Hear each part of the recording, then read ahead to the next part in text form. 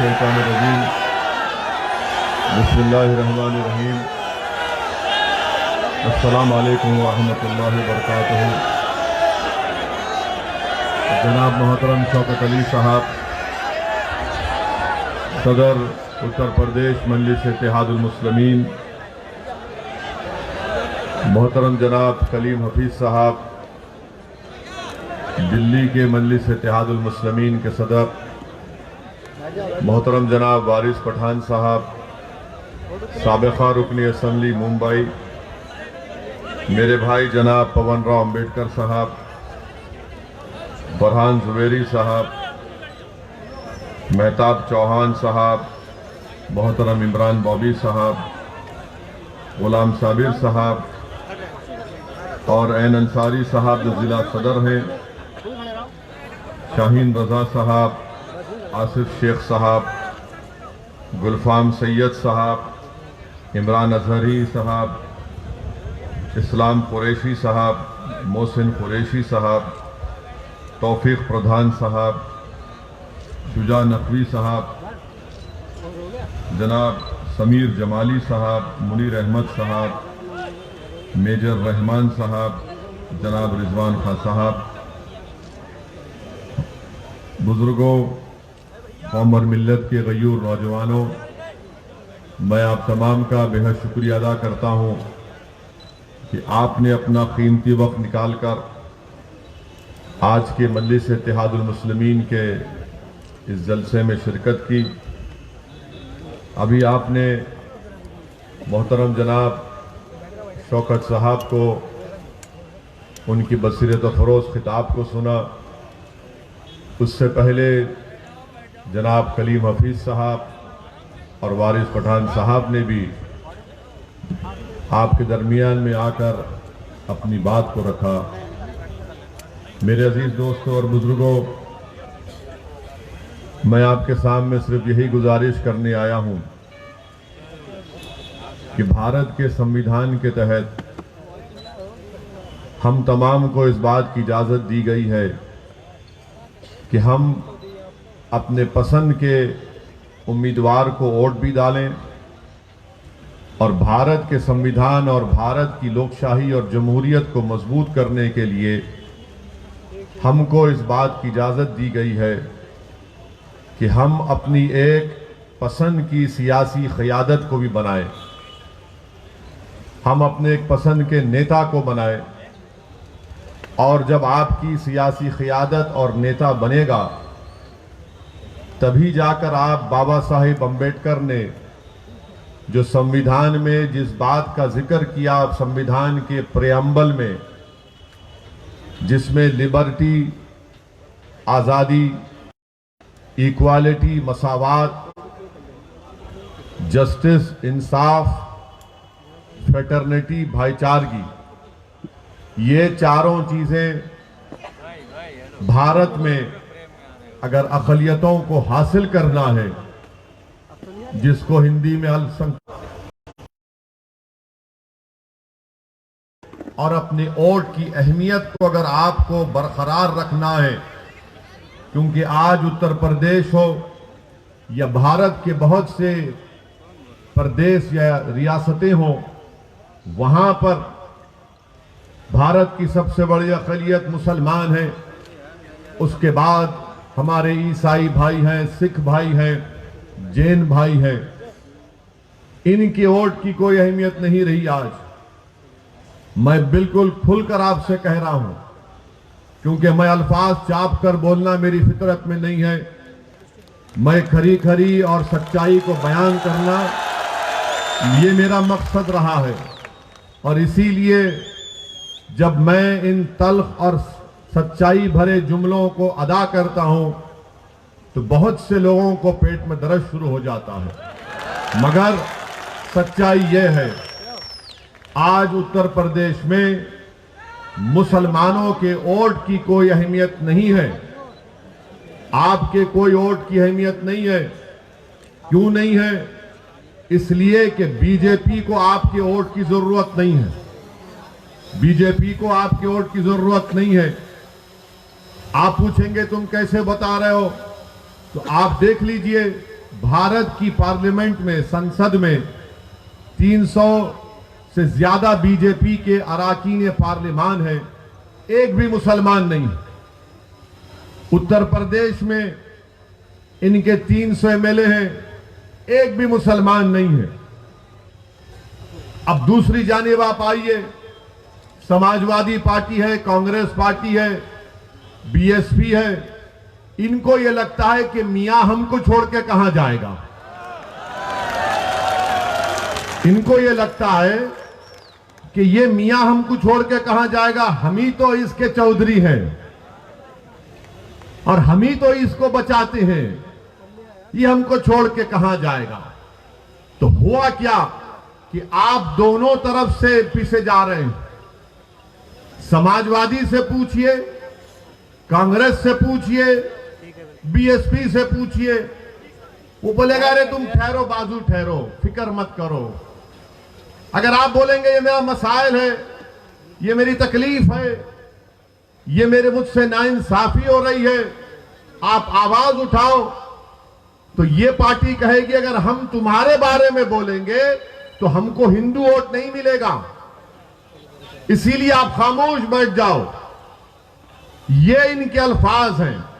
अगर इस पार्टी में कोई इनका नेता मंच पर चढ़ जाता है और मंच पर सामने आकर बैठना चाहता है तो उससे कहा जाता तुम सामने नहीं बैठना, क्योंकि तुम 19% हो, जो 5% है सामने बैठेगा, जो 19% है पीछे बैठेगा। यह हकीकत है, इससे कोई इनकार नहीं कर सकता।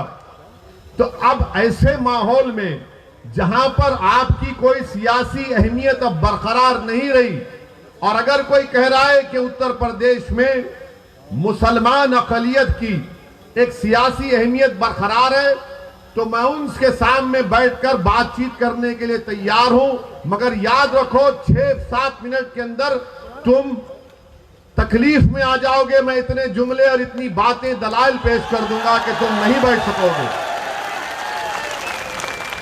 अगर कोई कहेगा कि नहीं सेकुलरिज्म को जिंदा रखना है, मैं कहूंगा सेकुलरिज्म जिंदा ही नहीं है। अभी सेकुलरिज्म जिंदा नहीं है, संविधान का सेकुलरिज्म जिंदा है और जिंदा रहेगा हमेशा।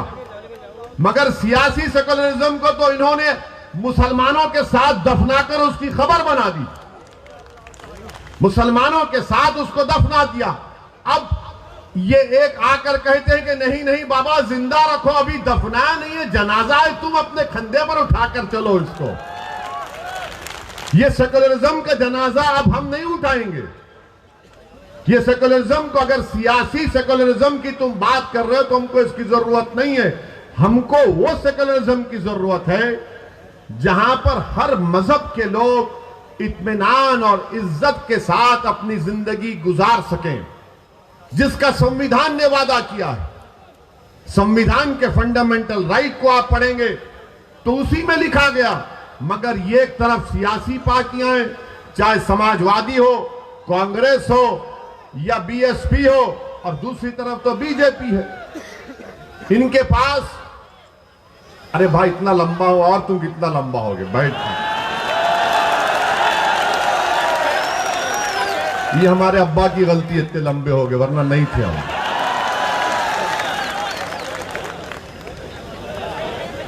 तो मैं आपको बता रहा था कि ये सेकुलरिज्म के नाम पर आपके पास आते हैं। अच्छा, अब समाजवादी पार्टी क्या कर रही है? जहां कहीं शाम में मुस्लिम इलाकों में मैं सुना मुशायरा कर रहे हैं, हर जगह मुशायरा होता है, शायर आकर कलाम पढ़ता है, गंगा जमनी तहजीब, सेकुलरिज्म जिंदाबाद। अब बेचारा मुसलमान, अरे देखो कितना अच्छा बोला। मगर जब मुसलमान मुशायरे के बाहर निकलता है, अपने घर को जाता है, तो रास्ते में कोई उसको गाली देता है, ए मुल्ला कहां जा रहा है। उसको जब पता चलता कि यार ये तो मुशायरा था, शायर ने तो शेर कहकर दाद हासिल कर ली, मगर मुझे तो रोज ये अल्फाज और अशार सुनना पड़ते हैं, मुल्ला ये मुल्ला वो। मेरे अजीज दोस्तों और बुजुर्गों, यही तल हकीकत है, इसको आपको समझने की जरूरत है। सारी दुनिया में ईसाई बरादरी के लोग क्रिश्चियन क्रिसमस मनाते हैं बड़े जोश और खरोश के साथ, उस मजहब का एक अहम दिन होता है, मगर इस साल भारत में ईसाई लोग क्रिसमस नहीं बना पाए। कई वाकयात आए कि जहां पर ईसाई लोग क्रिसमस मना रहे थे, वहां पर हिंदुत्व जहन रखने वाले आरएसएस से वाबस्ता लोग जाकर उनके उस त्योहार में खलल पैदा कर दिए, उनसे बहस की। और जब उन्होंने, ईसाइयों ने, क्रिश्चियन ने कहा कि हम अपने क्रिसमस को मना रहे हैं, तो उन्होंने कहा नहीं, तुम कन्वर्जन कर रहे हो। कोई नहीं बोलता इसके ऊपर। इसीलिए मैं कह रहा हूं, याद रखो आप कि जब तक अक़लियतें अपनी सियासी अहमियत को बरकरार अगर रखना चाहते हैं, तो सबसे पहले आपको अपने दिमाग से ये पॉलिटिकल सेकुलरिज्म को निकालकर एक कचरे की कुंडी में फेंकना पड़ेगा। जिस दिन आप ये पॉलिटिकल सेकुलरिज्म को भूल जाएंगे, तो सच्चाई आपके सामने आ जाएगी। क्या बात है कि कोई पंजाब में जाकर सिखों के खिलाफ बोल सकता है? कोई पंजाब में जाकर सिखों के खिलाफ बोल सकता है? नहीं बोल सकता ना, क्योंकि सिखों को मालूम कि हमारी गीरत की कीमत क्या है। मगर हमको क्या मालूम, नहीं, सेकुलरिज्म, सियासी सेकुलर जिंदा रखना है। किसी ने सुनहरे गुरुद्वारा में जाकर बेअदबी की तो सिखों की गीरत जाग गई। मगर यहां पर क्या हो रहा है? रोज गाली दी जाती है, रोज बेइज्जत किया जाता है, रोज जलील किया जाता है, रोज रुस्वा किया जाता है। कोई रात ऐसी नहीं है जहां पर उस किसी बेटे की मां बेचैनी से करवटें ले लेकर अपनी रात नहीं गुजार देती फजर की अज़ान तक कि मेरा बेटा दूर है, कहीं जिंदा है या कुछ हो गया है। आप बताइए, ये हालात हैं हमारे वतन अजीज के, ये हालात है हमारे वतन अजीज के। मैं आपसे शिकायत करने आया हूं, मैं आपसे इल्तिजा करने आया हूं, मैं आपसे अपील करने आया हूं, मैं आपको नेता बनाने आया हूं, मैं आपको कायद बनाने आया हूं। मैं उत्तर प्रदेश में मुसलमानों की लीडरशिप और हिस्सेदारी की लड़ाई लड़ने आया हूं। मैं अपने लिए उत्तर प्रदेश को नहीं आया हूं। मैं उत्तर प्रदेश को अपनी जात के लिए या अपनी अना की तस्कीन के लिए या अपनी मकबूलियत में इजाफा करने के लिए या अपनी तकारीर के जरिए आपको जज्बात में लाकर नारे तकबीर अल्लाह अकबर के नारे लगाने के लिए नहीं आया हूं। मैं आपको एक पैगाम देने आया हूं, एक शऊर बेदार करने के लिए आया हूं, एक हकीकत को बयान करने आया हूं कि अब आपको उठना है, अब आपको उठना है मेरे अजीज दोस्तों और बुजुर्गों। कब तक आप बीजेपी के डर से, कब तक आप सियासी सेकुलरिज्म के इस झूठे वादे के ऊपर आप इन पार्टियों को वोट देते रहेंगे? आज आपको उत्तर प्रदेश में अपनी हिस्सेदारी की लड़ाई लड़ना है, आपको अपने हिस्से को हासिल करना है।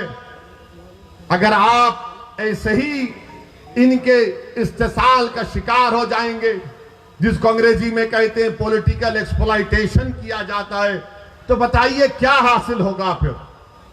60 साल से अगर यहां पर मेरे इस जलसे में अगर कोई 70 साल के हमारे बुजुर्ग बैठे हैं, मैं आपसे अपील कर रहा हूं, अगर आप नहीं बैठे हैं तो जहां तक मेरी आवाज पहुंच रही, मैं आपके दिल से मुखातिब होकर कह रहा हूं, अपने दिल पर हाथ रखकर कहो कि मैंने जितने बातें कही वो सच है या झूठ है। कब तक आप इन लोगों के दिल फरेब बातों में आकर ये सियासी सेकुलरिज्म के नाम पर वोट देते रहेंगे? क्या हासिल हुआ मुसलमानों को? क्या तुमको मालूम उत्तर प्रदेश के मुसलमानों, तुम्हारी गरीबी का तुमको, आपको मालूम आपकी गरीबी क्या है? उत्तर प्रदेश में 2% भी मुसलमान ऐसे नहीं है जिनके पास 2 एकड़ से ज्यादा जमीन हो। 2% भी नहीं है, 1.70, खाली 1.70% मुसलमानों के पास 2 एकड़ जमीन है। आपके पास तो वो भी नहीं, मगर आपके दिमाग में डाल दिया गया ये पॉलिटिकल सेकुलरिज्म को वोट डालो। क्या आपको मालूम उत्तर प्रदेश के माँ बाप, मुस्लिम माँ बाप से कह रहा हूं कि 71% मुसलमान बच्चे या तो अनपढ़ हैं या फिर सिर्फ प्राइमरी जमात तक पढ़े हैं। कौन जिम्मेदार है? मैं जिम्मेदार हूं उसका। मैंने जाकर कहा था कि स्कूल मत खोलो, मैंने जाकर कहा था कि जमीन मत बांटो।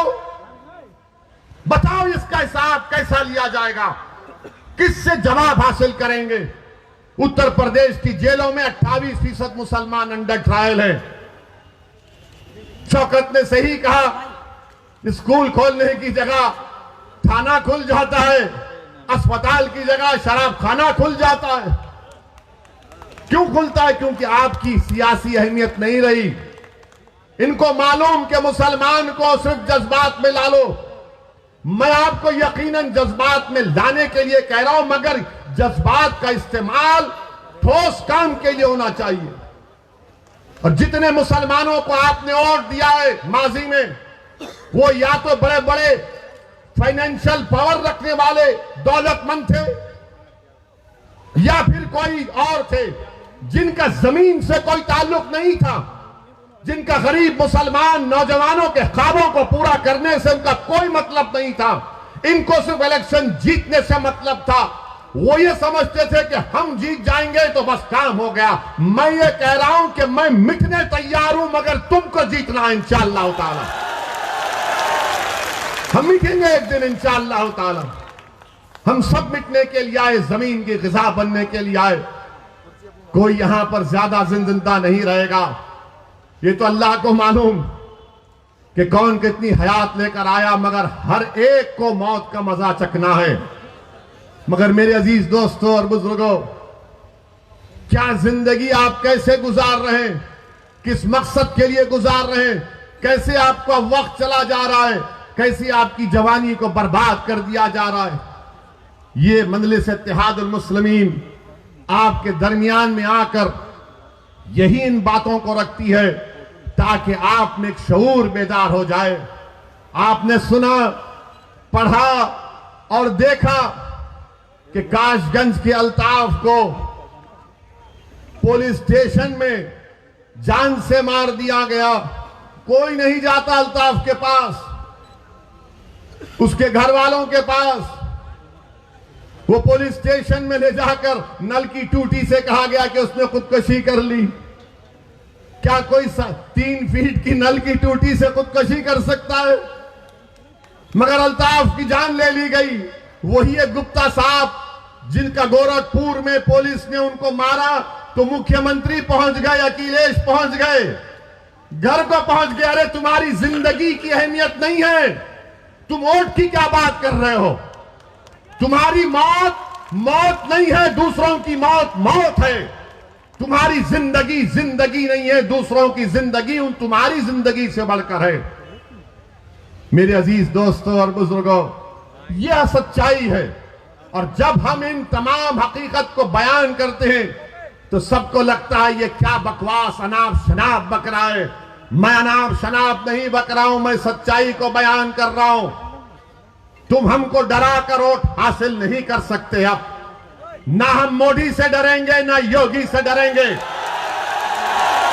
इंशाअल्लाह, ना हम अखिलेश के इन दिलफरेब बातों में आएंगे जो उनके वालिद मोहतरम भी दोहराते थे, ना हम कांग्रेस के वो पुरानी बूढ़ी कांग्रेस जिसने हमेशा हमको धोखा दिया।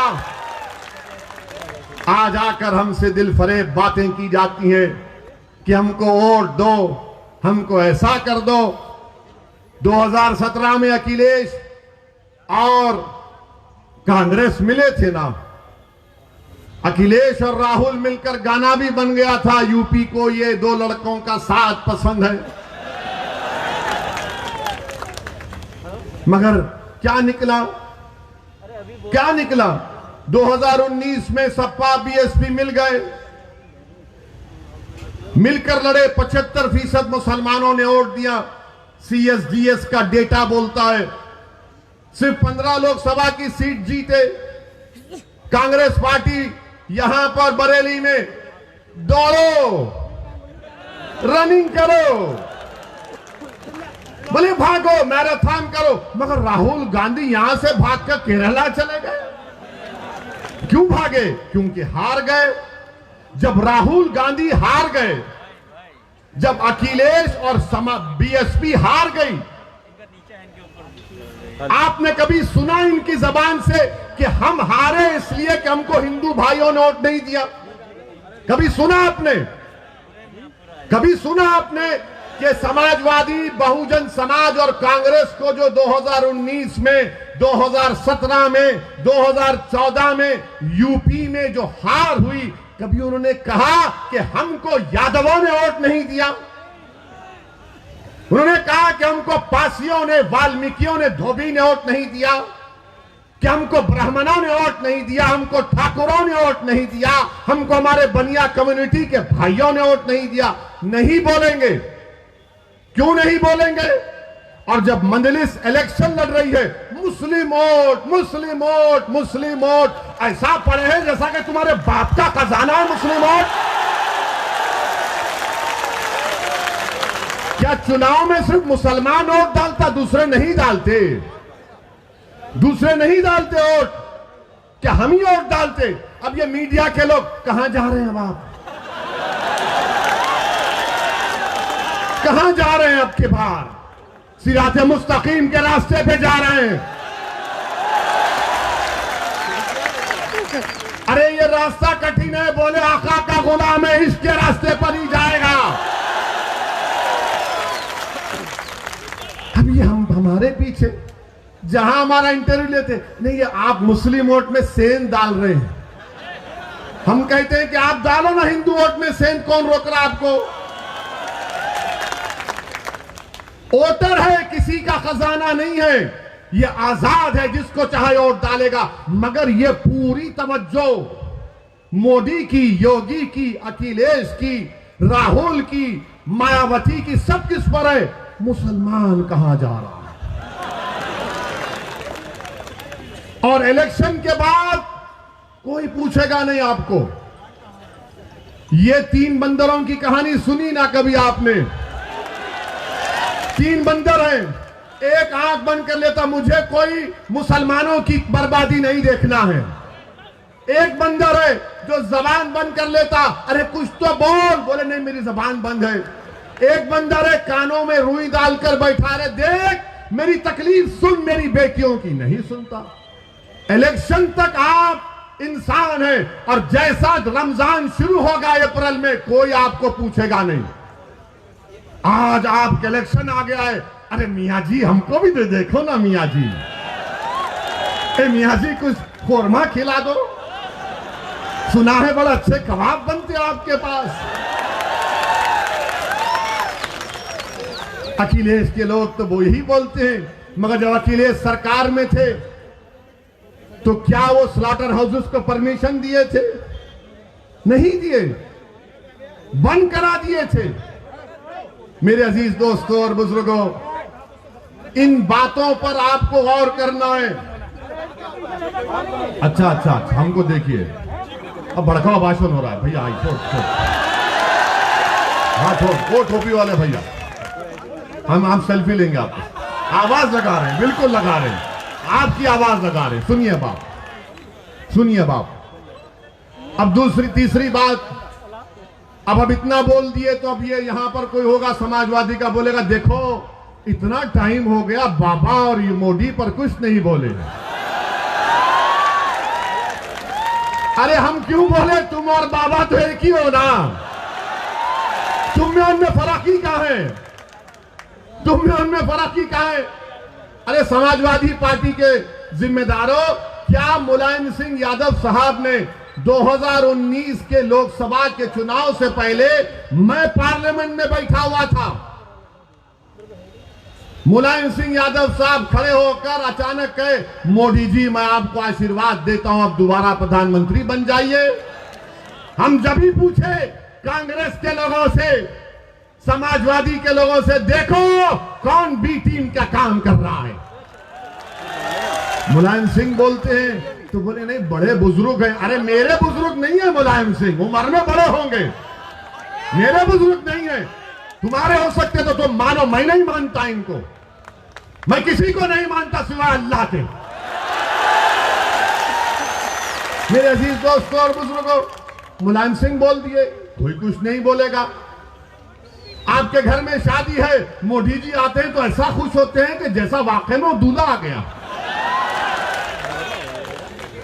तस्वीर है और इनको फिक्र है ओवैसी की, ओवैसी की। अरे मुझ पर इल्जाम लगाने वालों, याद रखो मैं कोई नेक आदमी नहीं हूं। मैं खुला कह रहा हूं, मैं गुनाहगार हूं, मैं खताकार हूं, मैं सियाकार हूं और मुझ में क्या क्या कमजोरियां हैं वो मेरा रब जानता है। मगर असदुद्दीन ओवैसी को जब मैं 3 अहादीस बार बार पढ़ता हूं अल्लाह के रसूल सल्लल्लाहु अलैहि वसल्लम की, तो मुझे एक उम्मीद नजर आती है।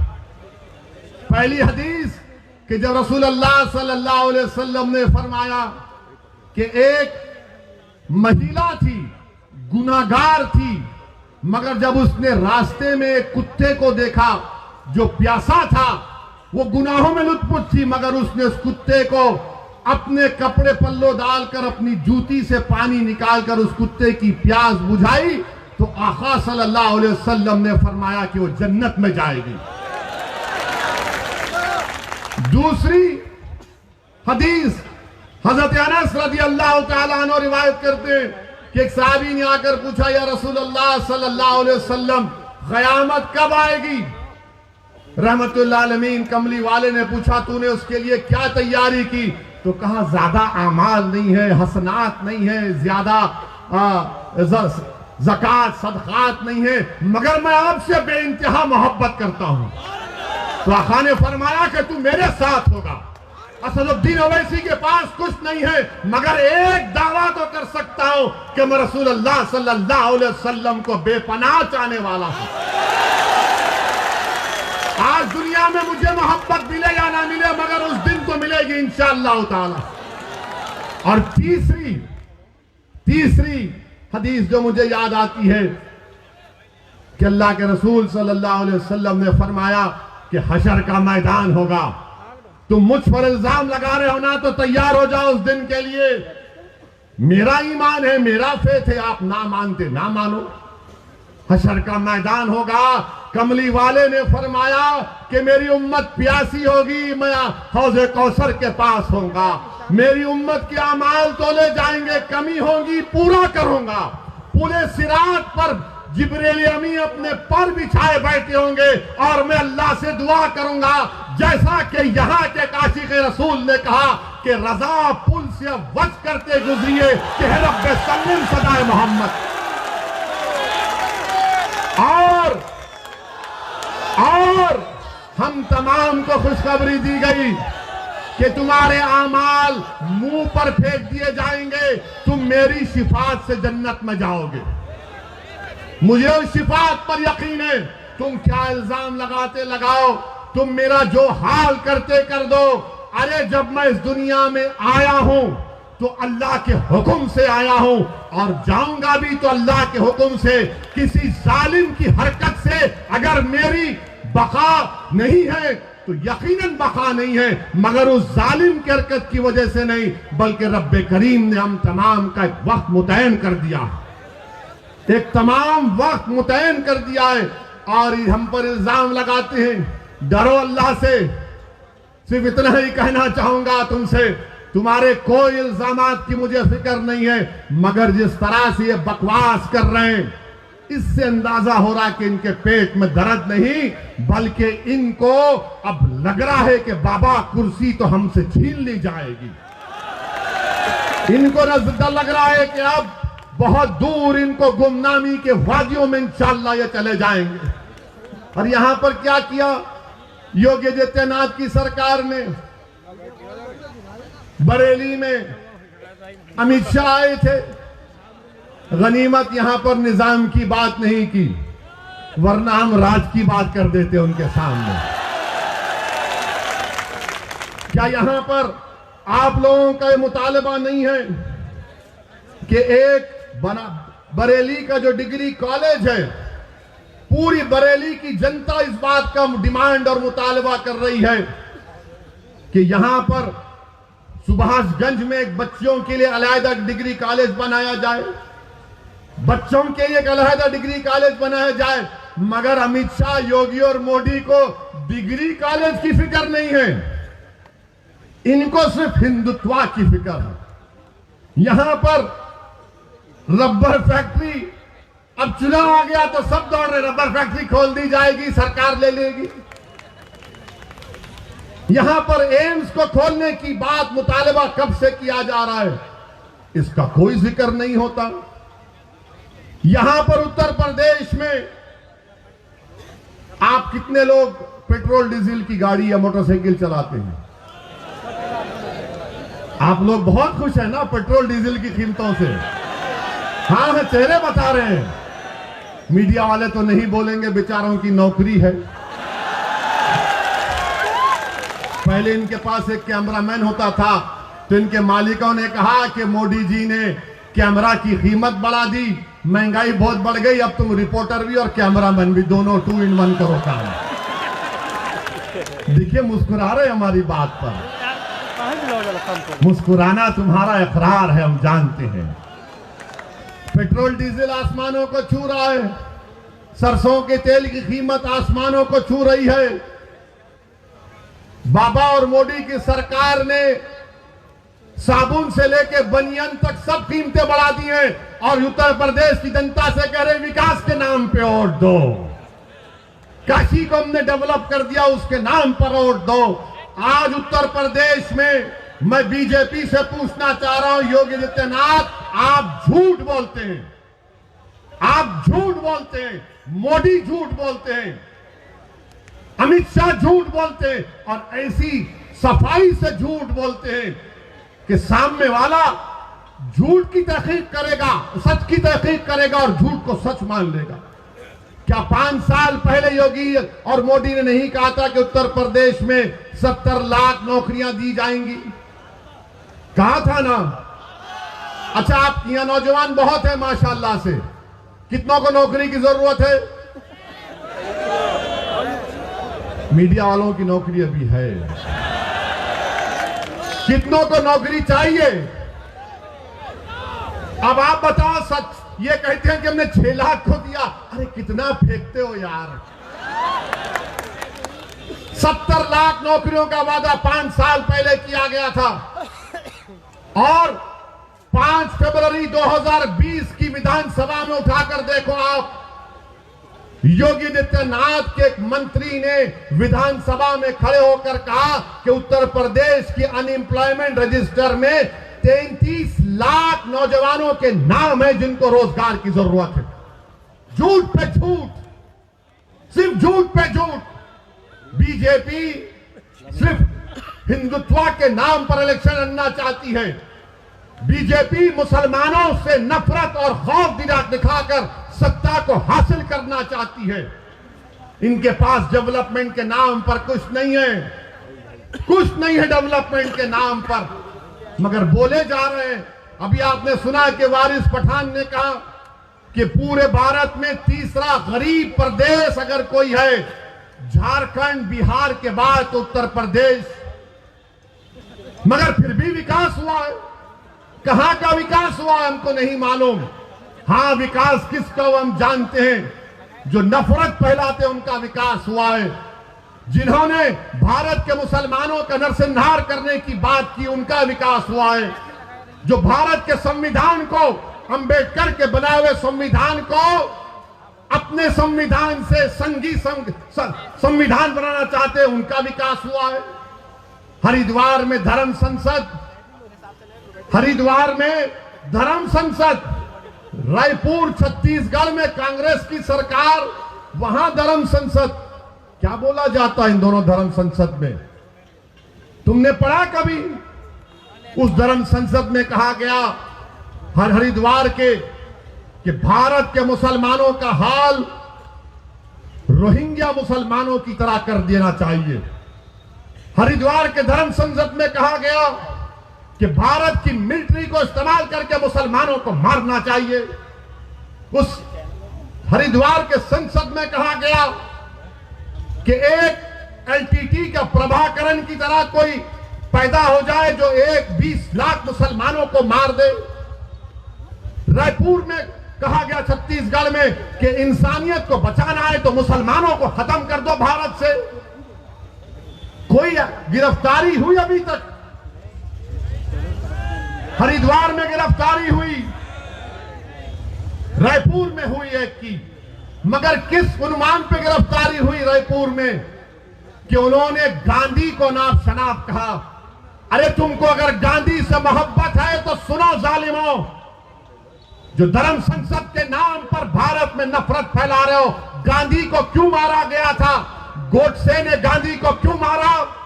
इसलिए मारा कि उसने कहा कि गांधी मुसलमानों की तारीफ की बात करता है, इसीलिए गोडसे ने एक ज़ईफ आदमी के सीने में गोलियां मार दी। अगर गांधी से मोहब्बत है तो गिरफ्तार करो पूरों को। ये कांग्रेस जो आज ये ड्रामा करती है रनिंग कंपटीशन का, तुम्हारी रियासत में जहां पर तुम्हारी सरकार है, तुम्हारी हुकूमत ने सरकारी फंक्शन में तुम्हारी हुकूमत पैसे देती है, उसमें कहा जाता है कि इंसानियत को बचाना है तो मुसलमानों को मार दो। शर्म आनी चाहिए इन लोगों को, शर्म आनी चाहिए। याद रखो, अगर मुसलमानों को कोई मारेगा तो मुसलमान को नहीं, तुम भारत के दुश्मन हो। मुसलमानों को सफेद से मिटाने की बात अगर कोई भारत में करेगा तो भारत के संविधान का दुश्मन है। अगर कोई मुसलमानों को रोहिंग्या मुसलमानों की तरह उनका हाल करने की बात करेगा तो तुम दुश्मन हो अल्लामा फजल खैराबादी के, तुम दुश्मन हो मुजाहिदीन आजादी के, जिन्होंने इस मुल्क को आजाद कराने के लिए अपनी जानों को कुर्बान किया। तुम दुश्मन हो, तुम नफरत करते हो उन मुस्लिम उलमाओं से जिन्होंने अंग्रेजों की इस गुलामी के खिलाफ जिहाद का फतवा दिया था। मगर हमको मिटाने की बात हो रही है। अगर आज के इस जलसे में असदुद्दीन ओवैसी को अनपार्लियामेंट्री अल्फाज या गैर अखलाकी अल्फाज अगर मैं मोदी के बारे में कह दूं या योगी के बारे में कह दूं या फिर बरेली में, यहां पर बरेली में अगर कोई फेसबुक पर कुछ लिख दे तो 4 घंटे के अंदर हजरत पुलिस पहुंच जाएगी उसके घर को और बोलेगी बेटा चल तेरे को दामाद बनाना। मगर ये सब बोलेंगे, ये बोलेंगे तो पुलिस क्यों नहीं करती इनके खिलाफ? इनको दामाद क्यों नहीं बनाती? क्या ये तुम्हारी नाजायज औलाद है जो पकड़ी हरिद्वार छत्तीसगढ़ में? हम के कानपुर की तकरीर में एक 80 साल के मुसलमान को एक दलित पुलिस के ऑफिसर ने खामोशी से लाकर कागज पर लिख कर दिया कि बोलो इस पर ओवैसी तुम। एक 80 साल के मुसलमान को जिसकी दाढ़ी है, उसको एक मुकामी थानेदार ने उसकी दाढ़ी को खींचा, उस पर पेशाब करवाया। तो हमने कहा कि कब तक रहेंगे इख्तिदार की कुर्सियों पर बैठने वाले, चाहे ओवैसी हो, चाहे मोदी हो या योगी हो। तो सबको दर्द हो गया। इसने हिंदू धर्म के खिलाफ कहा, अरे जालिमों, मैं किसी धर्म के खिलाफ ना था, ना कभी हूं, ना कभी रहूंगा इंशाअल्लाह ताला। भारत का संविधान मेरे लिए अजीज है और भारत के संविधान में तो उसको भी इजाजत है जो किसी खुदा, भगवान, अल्लाह, जीसस को नहीं मानता। मगर इनका क्या है? नहीं, हर चीज को इधर जोड़ देते। याद रखो, ये सच्चाई है मेरे अजीज दोस्तों और बुजुर्गों। बीजेपी इस मुल्क में खुलकर हिंदुत्व की पॉलिटिक्स कर रही है, इससे कोई इनकार नहीं किया जा सकता। मगर मैं भारत के मुसलमानों से, हमारे भारत के उन दलित भाइयों से जो अंबेडकर को आज भी अपना आइडियल मानते हैं, मैं हम भारत के हमारे हिंदू भाइयों से जो नेहरू और सुभाष चंद्र बोस की कुर्बानियों को नहीं भूले, मैं उनसे अपील कर रहा हूं कि आपको उठना पड़ेगा, आपको रोकना पड़ेगा। अगर आप समझते हैं कि आपको मदद की जरूरत है तो असदुद्दीन ओवैसी आपके साथ कंधे से कंधा मिलाकर खड़े रहने को तैयार है। मुल्क को बचाना है, मगर मुल्क को बचाने का मतलब यह नहीं है जिंदाबाद आप जिंदा ही रहेंगे इंशाअल्लाह ताला। मगर मुल्क को जब बचाने की बात होती है, ये समाजवादी, कांग्रेस, बीएसपी बोलेंगे देखो देश को बचाना है ना, तो फिर तुम खामोश हो जाओ। हैं? ये खामोशी कैसे होगी? नहीं नहीं, तुम कुछ मत करो, तुम खामोश बैठो, हम देख लेंगे। तुम नहीं देख सकते इनको, तुम मुकाबला ही नहीं कर सकते मोदी से। मोदी मंदिर मंदिर कर रहे हैं, तो अखिलेश बोल रहा मैं भी परशुराम का मंदिर बनाऊंगा। बोलते हैं ना, आपका मजहब है, चलिए हमको इतराज नहीं है, मगर मुल्क में लड़ाई क्या है? योगी आदित्यनाथ ने अपनी तकरीर में कहा राहुल गांधी के बारे में कि राहुल गांधी किसी मंदिर में गए तो उनको मंदिर के आदाब नहीं मालूम थे। तो बाबा ने कहा कि ऐसा बैठे कि मंदिर के किसी पुजारी ने कहा अरे ये मंदिर है, मस्जिद नहीं है। मुझे यकीन है कि मंदिर के पुजारी ने इस तरह नहीं कहा होगा, क्योंकि जब किसी की इबादत गाह में जाता है तो खुदा की इबादत करने के लिए जाता है। लोग दरगाह को आते हैं आला हज़रत के, आते हैं ना, तो क्या पूछा जाता है? क्या पूछा जाता है? आते हैं, अकीदत है, किसी मजहब का आता है। मगर योगी ने खैर इजाफा कर दिया। अब सवाल यह पैदा होता है कि भारत में लड़ाई यह है कि सबसे बड़ा हिंदू कौन है? मोदी बोलते हैं कि मुझसे बड़ा कोई हिंदू नहीं है। योगी बोलते हैं कि मैं अब मोदी के बाद का प्रधानमंत्री बनने वाला हूं। राहुल बोलते हैं कि देश में सिर्फ हिंदू ही प्रधानमंत्री बन सकता है, उनका स्टेटमेंट है। अखिलेश बोलते हैं कि मैं ही सबसे बड़ा हिंदू हूं। हम इन तमाम से कहना चाह रहे हैं, दोबारा कह रहा हूं, आप लोग मोदी जी, योगी जी, अखिलेश जी, राहुल जी एक कमरे में बैठकर, वैसे तो बैठते जरूर हैं, बैठते जरूर हैं। हमारे हैदराबाद में कहावत है, मैं तेरी पीठ खुजाता हूं, तू मेरी पीठ खुजा।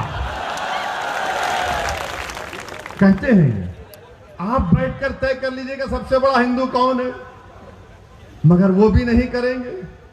और फिर अभी आप देखो, एक बीजेपी के एमपी हैं राज्यसभा के, उनका नाम शायद हरनाथ साहब है।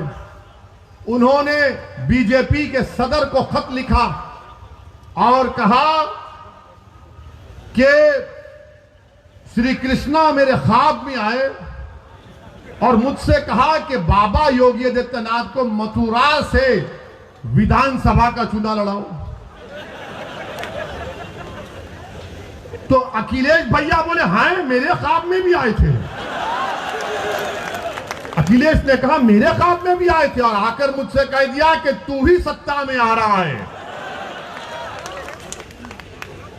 अब आप बताइए, पार्लियामेंट संविधान में आर्टिकल 51 है जो कहता है कि इंसान को मजहबी रह सकता है, नहीं भी रह सकता है, मगर एक साइंटिफिक टेम्परामेंट डेवलप करना है, एक साइंटिफिक टेम्परामेंट।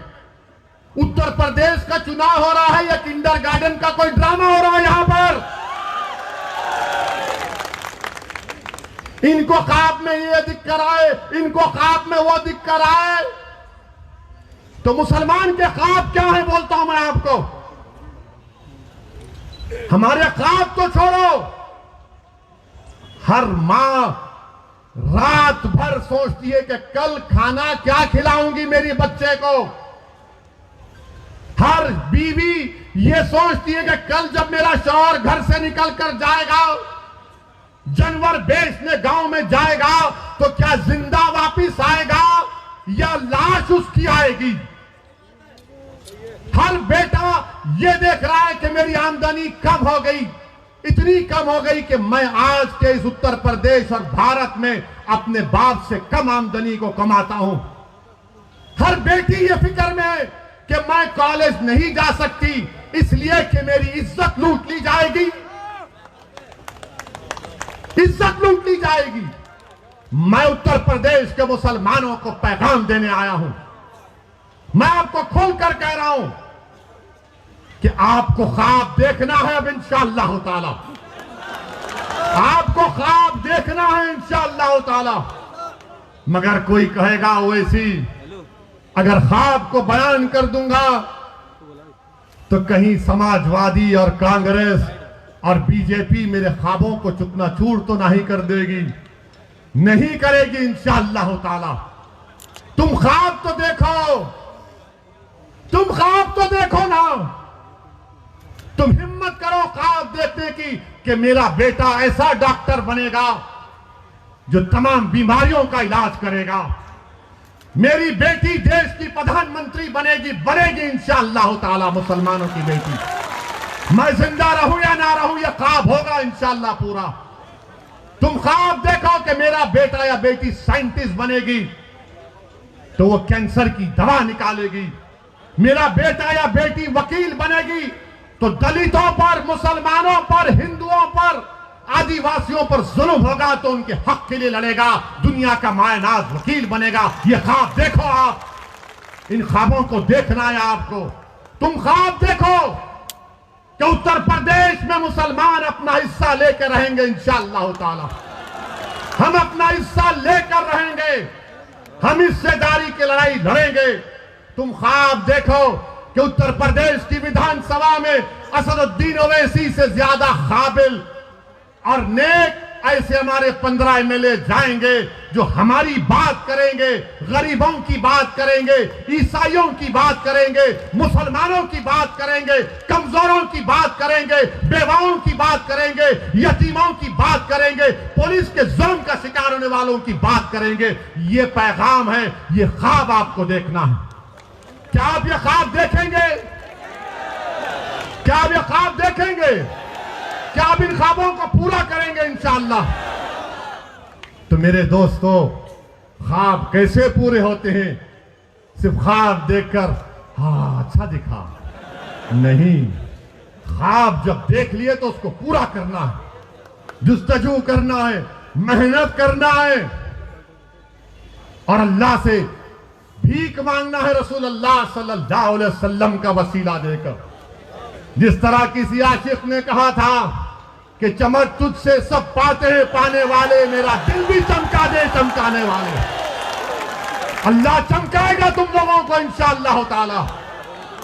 तुमको असदुद्दीन ओवैसी की जरूरत नहीं है, तुम सिर्फ ठान लो कि मैं भारत में चमकूंगा, मैं भारत को अपनी नूर से, अपने इल्म की नूर से, अपने ईमान की नूर से, अपने किरदार की नूर से और सबसे ज्यादा अपनी बेबाकी और अल्लाह पर तवक्कल करके इस मुल्क में और अमन को फैलाऊंगा और अपने हक को हासिल करूंगा। ये ख्वाब पूरा होगा इंशाअल्लाह ताला।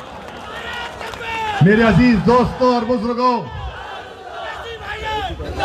मेरे अजीज दोस्तों और बुजुर्गों, इन ख्वाबों को पूरा करने के लिए विधानसभा के चुनाव में उत्तर प्रदेश के मुसलमानों को मुत्तहिदा अपने वोट का इस्तेमाल करना पड़ेगा।